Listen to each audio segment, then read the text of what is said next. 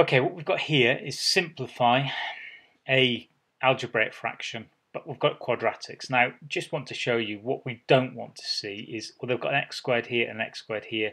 So what I often see is, oh, I can just cancel those two off. Well, this really doesn't work at all. So let's just go back and start again. That doesn't work at all. You've got, if there was x squared multiplied by all of this and x squared multiplied by all of this, it would work. So the trick to this is to think about maybe factorising the top and the bottom. So I'm going to factorise the top. And when I factorise the top, I get x minus 3 in one bracket.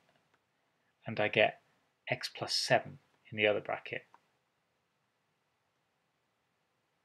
And if I factorise the bottom here, I get x minus 3 and x plus 2. Now the great thing about this is I've got two brackets that are the same. And the reason I can cancel off now is because I've got this times this and this times this.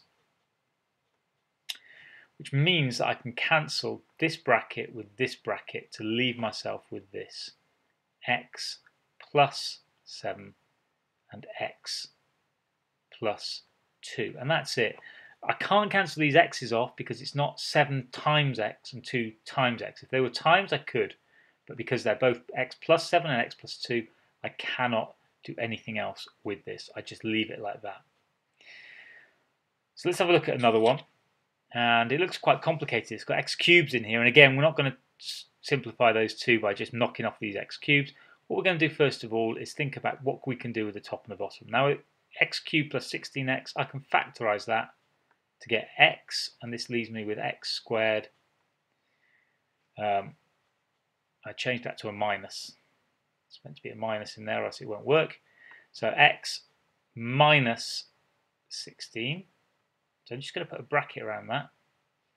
And then on the bottom of this, I'm going to take an x out of the bottom as well, because everything can be divided through by x. So I've got an x, and I'm left with x squared minus 5 x plus 4 on the bottom.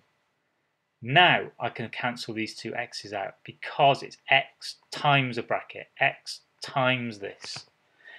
And now I'm going to think about factorising. Now this one here, square number and a negative, so this one becomes x minus 4 and x plus 4. And that's a little technique that you really need to know how to do. And on the bottom, let's think about factorising the bottom. So I can get an x minus 1 and x minus 4. And again, that's for brackets that are the same. X minus 4 there, x minus 4 there.